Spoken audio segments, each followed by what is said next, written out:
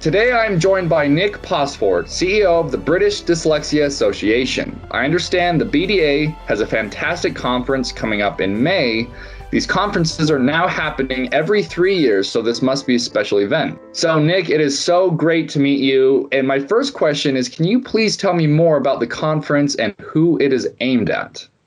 Yeah, so it's our conference that we put on every 3 years. We have speakers that are experts in dyslexia and specific learning difficulties. We bring together hundreds of researchers and professionals from all over the globe. The event this time is virtual, which means not only do attendees not need to worry about flights or hotel accommodation, but also they can view all the presentations at the conference. They don't need to choose a particular track. The conference is going to be open for 2 weeks, so they can see all the presenters, all the discussions, the symposiums and everything else. So it's a really fantastic opportunity, and they can do it all from their own home as well, which is brilliant. So we're hoping to have the biggest ever audience as well. So is there an underlying theme on what topics are covered, or what can all these attendees be expecting when they come? So the key theme of the conference is research that advances our understanding of dyslexia and dyscalculia.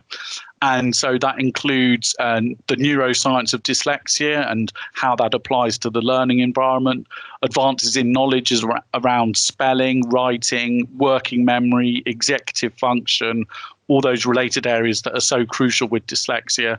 Also advances in understanding dyscalculia and effective support strategies, the use and benefits and effectiveness of technology to support dyslexia or special educational needs in mainstream education, psychometric diagnostic assessments for dyslexia and dyscalculia, and really any research related to the strengths of dyslexia as well. Wow, that's awesome. So this is pretty exciting for them, these attendees. You know, they're going to get a lot more. They're going to get exactly what, they're coming to see and probably more. So you mentioned that you have some pretty awesome speakers. What's the lineup of these speakers? And is there anyone in particular that you're excited to listen to? Yeah, so we've got several keynote speakers. One, for instance, is Professor Daniel Ansari, who's a professor and Tier 1 Canada Research Chair in Developmental Cognitive Neuroscience and Learning in the Department of Psychology and the Faculty of Education at Western University in Canada. So he's a world-leading professor. He's got a keen interest connecting the science of learning with education. He's published 100 articles in peer-reviewed journals. He's a fellow of the Association for Psychological Science. We've also got Professor Adriana Bus, who is from the Netherlands and an honorary professor in Budapest and also a member of a university scientific advisory board in Norway. So she's conducted internationally renowned research in early literacy skills with a particular focus on experimental research. We've also got Professor Graham, who is the Warner Professor in the Division of Leadership and Innovation in Arizona State University Teachers College. For more than 40 years, he has studied how writing develops, how to teach it effectively, how it can be used to support reading and learning. So all three of those speakers are, world leaders in the dyslexia sphere, and so I'm really interested to hear their talks as well. That's awesome. 40 years. So he probably knows a thing or two what he's talking about at this point, right? Definitely. Yeah. I think that's one of the things that's so interesting about this conference is, there's an opportunity to hear from these experts who have such a huge amount of knowledge and research that they can talk about. And I think it gives an opportunity for people, whether they are dyslexia specialists themselves or whether they're relatively new to the world of dyslexia, it kind of gives them an opportunity to really dive deep into it. And this kind of goes without saying, why is a conference like this so important? I mean, obviously the information is great, but what are you hoping the attendees, what are you hoping resonates with them, when they leave this conference? Yeah, so I think that for me, there's a couple of things. One is to hear experts and for those experts to be discussing the important topics, because as with anything, when you get people who are real experts and they dig into it, they will have differences of opinion. And I think the conference floor is a really useful environment for them to discuss these crucial topics, and also, for people to put their questions to them. And you won't get a better panel of experts to ask the burning questions you've always wanted to know the answers to. But I think also, a conference like this is so crucial because it brings these specialists and these expert researchers together to kind of advance our understanding of dyslexia and other learning differences. And I think it's really important for advancing the support available to people with dyslexia, advancing the teaching of children with dyslexia in school, to have these conferences to kind of help increase our knowledge and understanding. That's incredible. I assume, people who go to this, they're taking their questions. They're going to leave different, maybe a different perspective on dyslexia themselves or whatever it may be. I find that inspiring. I myself don't have dyslexia, but I can tell that these people are going to be changed. They're going to be a little bit different from by the time they attended and then after. So I think I hope so. We always get really positive feedback about our international conference, and it's one that in normal times people will fly halfway around the globe to attend. So I think this is such a great opportunity because people can come to it even without, having to navigate, 8-hour flights and hotel bookings and all that kind of stuff. So it's a great opportunity.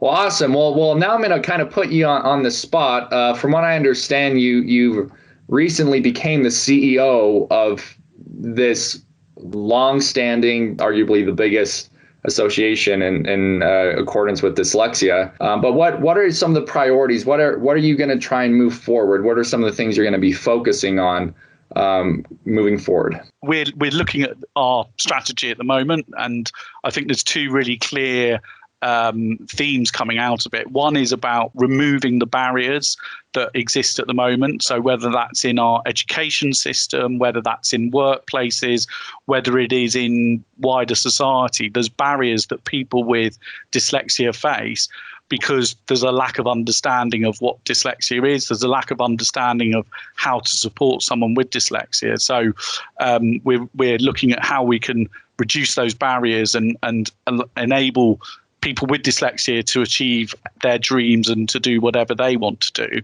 But I think equally, we're also really keen to change the perceptions around dyslexia and to make sure that people really understand how it's positive to think differently, and that thinking differently can bring huge advantages to businesses, to society, to people's lives. And so we want dyslexia to be seen in the positive light that it deserves to be. I heard that recently it's only come to light that having dyslexia can, a lot of people look at that as a con, but there's starting to be, unraveled a lot of pros. In fact, maybe more pros than cons, if that's how you want to phrase it. Yeah, it's definitely. Awesome.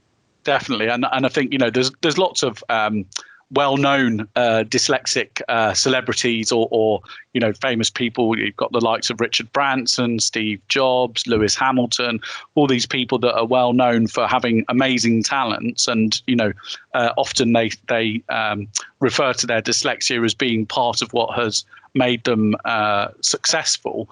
But I think also there's loads of great examples of entrepreneurs, of doctors, nurses, teachers, business owners, and so on, who also, very much have used their dyslexic way of thinking, their skills, their cognitive processes to kind of be innovative, to be creative, to be successful. So I think, we're starting to change that perception around dyslexia as being, I think historically it was often seen as difficulties with reading and writing, but really it's about thinking differently, and there's huge amounts of positivity that can come with that. And that's really where we need to focus in the future. Obviously, there's a larger percentage of people on the planet that don't have it, statistically, as far as we know. But it's so interesting because that's how the educational, society has been brought up is not necessarily the right way, but in a specific way. And contrary to how people with dyslexia, so that's kind of what's resonated with me, is it's not the right way, but it's just the specific way that education has traditionally been brought up. So it's I think it's amazing that now it's coming to light that there's not just one way, but many ways. There's not a singular way. Absolutely. And, when you look at it from an evolutionary perspective, dyslexia is often hereditary, and therefore there's something about what it is doing that is giving people an evolutionary advantage, as it were. So, dyslexia exists because it comes with positives that are beneficial for people at an individual level, and I think we can see at a societal level as well. So I think that positive perspective on dyslexia is really important. But I think this is going to be a great source of for people and who are looking to learn more about dyslexia, and also about this conference coming up. But can you tell me a little bit more of how to attend and the cost? Yeah, so people can book tickets on our website, which is bdadyslexia.org.uk, and they on the homepage there's a link to the conference, more details of the speakers, the topics, and so on, and then also to buy tickets. So a standard ticket is £225, and then there's reductions for students or professional members and so on. The conference is a great opportunity for the dyslexia community globally to kind of hear from the latest research into dyslexia and other differences. And I think it's an opportunity for us as a global dyslexic community to get together and kind of exchange our experiences and expertise as well. And there's a real good opportunity to kind of meet others from around the planet. And I think that's something that should be welcomed. That's awesome. Well, this event is just around the corner, right? Next month. So I'm sure you guys are very, very busy on your end, making sure that that's situated and is where it needs to be.